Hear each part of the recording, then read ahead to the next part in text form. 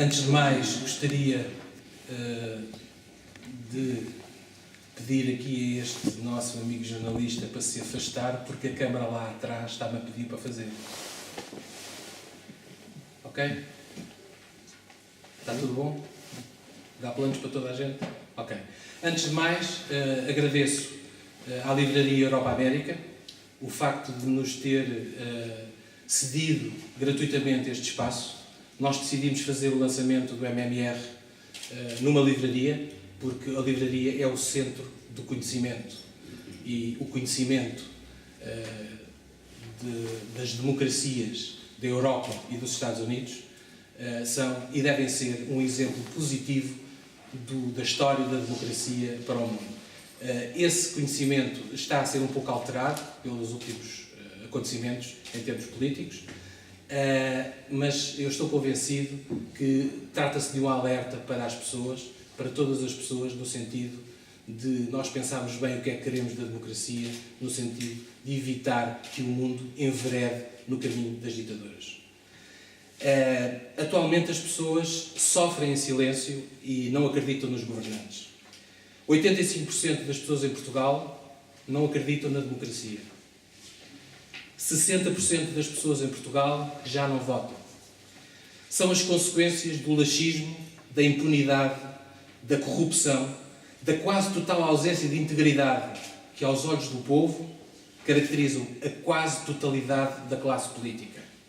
Essa classe política que tem tido a responsabilidade de governar os destinos de Portugal. Tão mal têm governado para as pessoas. Todos os dias sentimos, todos nós, uma forte preocupação relativamente ao futuro dos nossos filhos. Não há planeamento possível. Só se ouve falar de aumentos de impostos sobre aqueles que trabalham ou que produzem. E não se vê a mínima vontade de reduzir despesas e custos dentro da classe política e dentro da clientela partidária que capturou o Estado. Será que Portugal tem de mudar de portugueses? Ou será que Portugal precisa de mudar de políticos e precisa de mudar de políticas? Vai surgir um novo partido. Não só é um novo partido, como pretende ser um partido novo. Vai surgir a oportunidade para os portugueses terem uma governação efetiva, uma governação amiga das pessoas, uma governação que defenda os direitos humanos, a liberdade civil, de uma forma efetiva. Vai surgir o MMR, vai surgir um movimento mais republicano, defendendo o papel regulador e fiscalizador do Estado competente, garantindo o acesso de todos os cidadãos a um serviço público, moderno e eficiente, que funcione de acordo com as necessidades das pessoas e que assegure os direitos sociais considerados fundamentais, independentemente da condição económica. Vamos começar por mostrar hoje, muito sucintamente, como deve ser um governo republicano para Portugal. Por uma questão de agenda, eu vou avançar já para a apresentação do nosso modelo. 40 anos de governação dos partidos do costume afastaram Portugal da sua identidade cultural e património linguístico. Desprezaram o desenvolvimento sustentável previsto com a entrada na União Europeia e hipotecaram a população com vários resgates financeiros e apoios para a autodestruição do setor primário. Instalou-se a partidocracia, com a captura do Parlamento pelos representantes do ciclo económico fechado, assim uma espécie de PSI 60, que estimula a promiscuidade entre o poder económico e os poderes políticos e judicial. A matriz republicana, que deveria reger o suposto regime democrático, transformou-se numa espécie de socialismo liberal, sacando aos contribuintes impostos para sustentar um Estado monstro, ao mesmo tempo que privatizou empresas públicas rentáveis que eram parte da sua base de sustentabilidade financeira. A gestão política e financeira do país é praticada sem planos a médio e longo prazo, caracterizada por medidas irracionais infantis, praticadas por meninos crescidos que pertencem mais ao ambiente enclaustrado do foro académico do que ao mundo real. O crescente controle, chamado lobby, chamado partido fantasma, que rege praticamente tudo em Portugal e que dita as políticas que impedem o funcionamento do serviço público ao serviço público. Neutralizam qualquer tentativa de alternativa democrática e vai certamente fazer perder a soberania nacional e vai acabar com a possibilidade do país ser governado por portugueses. As políticas deficientes praticadas nos últimos 20 anos e agravadas na última década com as consequências, o BPN, o BANIF, a Caixa de Depósitos, as PPPs, as swaps, as concessões, as privatizações. Tudo isto em parceria com uma justiça que não funciona no sentido correto. O laxismo na gestão do dinheiro público atiraram os cidadãos para uma espiral negativa de austeridade sem controle, assim como hipotecaram a soberania nacional, a liberdade, a igualdade entre a grande maioria das famílias portuguesas. A mentalidade da exceção clientelista, suportada por leis em excesso e a corrupção generalizada em torno do orçamento de Estado, praticada maioritariamente pelos políticos, são o principal bloqueio ao desenvolvimento socioeconómico do país, absorvendo necessidades infinitas de recursos financeiros que provocam um nível de despesa insuportável para os contribuintes, quer sejam públicos, quer sejam privados. Qual é o futuro prometido pelos partidos do costume? Mais austeridade. A solução, acreditamos nós, está no MMR, que tem um projeto para o futuro de Portugal. Tem um plano estratégico, chama-se PEACE, Plano Estratégico de Apoio ao Crescimento Económico, que vai fazer Portugal funcionar e garante um governo orientado para as pessoas, com garantia social e uma estratégia de crescimento a curto, médio e longo prazo, assente no potencial dos recursos existentes em Portugal e na qualidade dos portugueses motivados. Nós defendemos uma nova estrutura dos órgãos de soberania. Como sabem, o nosso sistema político assenta na separação de poderes, num equilíbrio entre as instituições. Na nossa opinião, esse equilíbrio não está a acontecer, pelo que é preciso fazer algumas alterações dentro da hierarquia do Estado. Ao nível da Presidência da República, que deve ter a responsabilidade do Conselho de Estado, das Forças Armadas, dos Serviços de Informação e deve ter autoridade sobre o Conselho Superior da Magistratura. No segundo plano da hierarquia dos órgãos de soberania, nós propomos o Tribunal Constitucional. O Tribunal Constitucional que deve ter a competência sobre a Comissão Nacional de Eleições, que hoje em dia está no âmbito das competências da Assembleia da República, o que equivale a termos a raposa a guardar o galinheiro.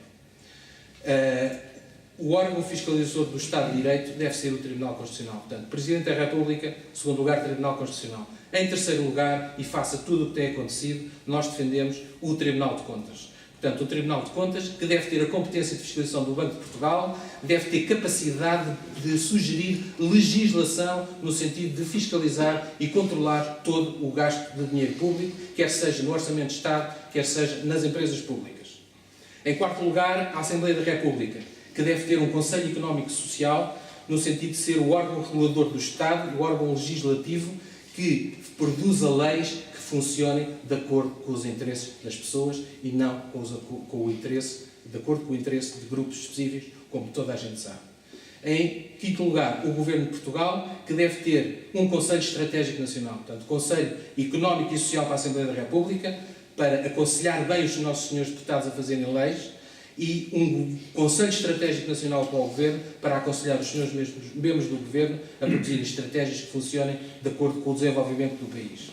A estrutura governamental e administração pública que nós propomos são 14 ministérios, Economia e Empreendedorismo, Ministério das Finanças e Sistema Financeiro, Saúde e Assuntos Sociais, Educação e Juventude, Justiça e Inserção Social, Defesa e Administração Interna, Emprego e Segurança Social, Agricultura e Mar, Cultura e Turismo, Ambiente e Tecnologia, Desenvolvimento Regional, Negócios Estrangeiros e Lusofonia, Planeamento Territorial e Alimentação e Consumo. Esta é a estrutura ministerial que nós propomos e que nós vamos defender para as próximas eleições legislativas. Os princípios estruturantes de base para a gestão governativa em Portugal. A hierarquia do Estado de Portugal e a respectiva regulação e fiscalização, a tutela, considerando uma separação de poderes efetiva, independente e funcional, garantindo o equilíbrio de poderes entre os órgãos de soberania, contemplando um ajuste de competências no sentido de melhorar a eficiência do Estado, tendo como principal missão criar condições de estabilidade política e eficácia governativa, impedindo os partidos políticos de invadirem a esfera dos órgãos de soberania, evitar os conflitos institucionais e orientar a administração pública no sentido do serviço público como um serviço positivo, tendo em vista o bem-estar da população. Assim sendo, nós propomos 7 princípios de gestão governativa em Portugal. O princípio do Estado, do sentido de Estado de Direito Democrático. Orientar para a defesa da dignidade humana, assente nos princípios fundamentais da Constituição e supremacia do interesse público em proporcionalidade com as possibilidades contributivas saudáveis da população portuguesa. Princípio do Estado Social Funcional, orientado para a defesa dos direitos sociais, económicos e culturais das famílias portuguesas, considerando a igualdade, a dignidade e a cidadania ativa como a confirmação da liberdade, garantindo a proteção na diversidade involuntária e o desenvolvimento do capital humano e do conceito de família. Princípio fiscal déficit zero, com um superávit de 2,5% na receita primária. Na despesa primária, perdão. Assente num modelo racional de ponderação proporcional e aproveitamento eficiente das contribuições de forma equilibrada, justa e sustentável a longo prazo. Defenda a competitividade da produção nacional e defenda uma gestão pública de rigor orçamental, que permita uma gestão de verdade, quer seja nas despesas, quer seja na gestão das receitas, com um controle fiscalizador permanente, quer seja contabilístico, patrimonial, financeiro ou operacional, assente na planificação atempada de planos e programas públicos, visando satisfazer as necessidades económicas, sociais e administrativas do Estado, com os excedentes orçamentais orientados para a gestão da dívida externa e a emancipação económica dos portugueses e desenvolvimento sustentável da economia. Princípio de modelo económico equilibrado, entre o consumo e produção, 60-40. Portanto, nós queremos ter um consumo na ordem dos 40% e queremos ter um PIB com uma composição de 60% na produção e na exportação. Ao contrário do que acontece em Portugal, nós temos um modelo económico assente no consumo, cerca de 90%. Estamos completamente dependentes do estrangeiro relativamente à nossa vida diária.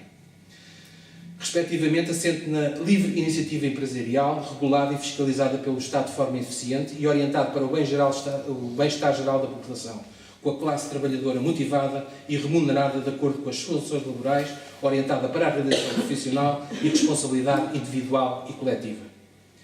Princípio do ambiente e recursos naturais, com o objetivo de se conseguir um ordenamento mais racional dos recursos e melhorar, assim, as condições ambientais através de medidas focadas no planeamento integrado e desenvolvimento protetivo do meio ambiente natural em benefício da população.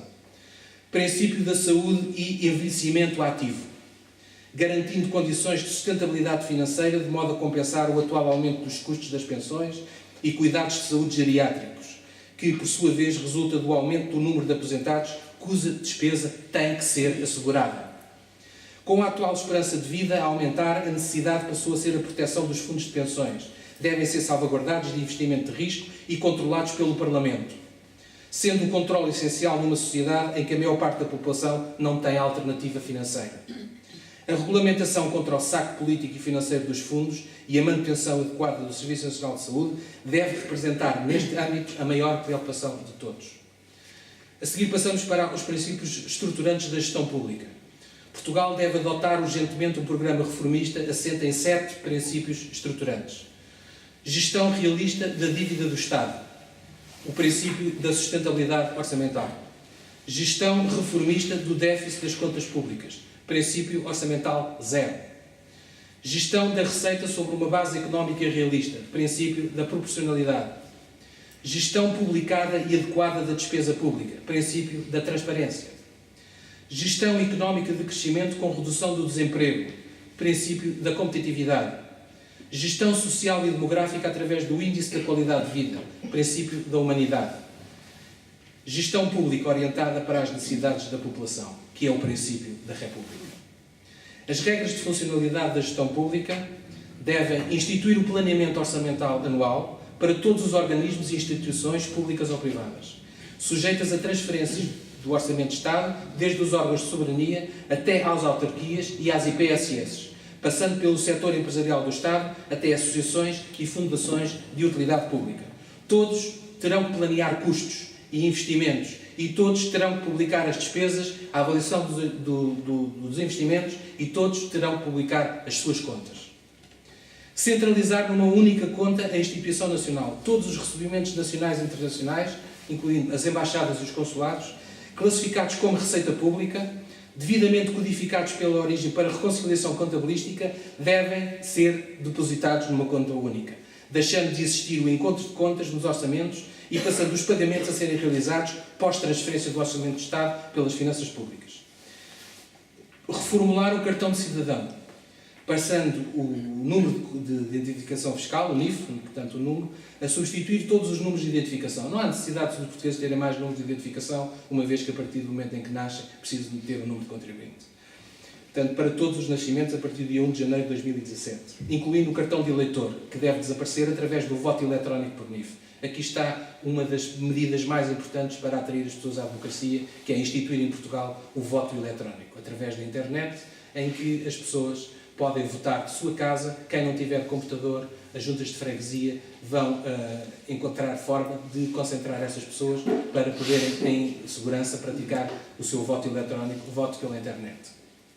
Pretende simplificar os procedimentos e custos desnecessários, em virtude de ser suficiente para a funcionalidade geral a existência de apenas 2 números de identificação para cada cidadão: o número de identificação fiscal e o número da carta de condução. Proibir as práticas de maquilhagem orçamental e déficit com receitas extraordinárias, seja no Orçamento de Estado, seja em todas as instituições suportadas pelos contribuintes, sendo que as receitas extraordinárias e os excedentes devem ser aplicadas em investimentos com rentabilidade superior ao juro médio da dívida do Estado, ou em abatimento à dívida na proporção de 2/3 ou 1/3, respectivamente. Finalizo esta intervenção realçando medidas para a funcionalidade e credibilidade da nossa democracia. É urgente reduzir os deputados no Parlamento para o mínimo de 180. Atualmente, hoje, o Parlamento tem deputados a mais. A prova disso é que os seus deputados têm tempo para tudo, para se candidatar às eleições autárquicas, para fazerem parte dos quadros de empresas privadas, para andarem a tratar dos seus negócios pessoais. Por isso, a Assembleia da República não precisa de tantos deputados, porque eles próprios não têm lá, não fazem falta nenhuma. 180 é o mínimo constitucional, com um Conselho Económico, Social e com um Conselho Estratégico, é mais do que suficiente para o Parlamento funcionar. Em segundo lugar, a obrigação dos deputados de cumprirem os mandatos até ao fim, impedindo realmente a utilização do sistema intercalar de eleições legislativas, autárquicas, europeias, no sentido de perpetuarem a sua carreira política. Portanto, este pula-pula permite aos profissionais da política perpetuarem a sua carreira política, o que por si só é uma inconstitucionalidade. Fazer um código de ética e conduta para os deputados da Assembleia da República. Fiscalização constitucional do Estatuto dos Deputados. Os senhores deputados têm um estatuto que lhes permite fazer tudo. É este estatuto que foi feito pelos próprios, para eles próprios. Nunca foi fiscalizado por ninguém. Este estatuto tem que ser fiscalizado pelo Tribunal Constitucional. Concurso público para todas as funções do Estado, excetuando as nomeações políticas dos gabinetes. Tudo o resto deve estar sujeito a concurso público. Revisão da lei eleitoral, tendo em conta a consideração o voto eletrónico por número de contribuintes. Portanto, o sistema que nós pretendemos implementar por voto eletrónico será com a utilização do número de contribuinte. Por fim, a alteração do método DONT para o círculo único. O método DONT é o método proporcional das eleições que encontra hoje em dia. O que nós propomos é o círculo único nacional. É o total nacional que determina os 100% dos lugares da Assembleia. É o total nacional com as percentagens que permite a ocupação, que deve permitir a ocupação desses lugares. Portanto, círculo único nacional, total nacional. Obrigado pela vossa paciência, mas nós estamos a construir uma casa. E uma casa sólida precisa de alicerces muito sólidos. Muito obrigado.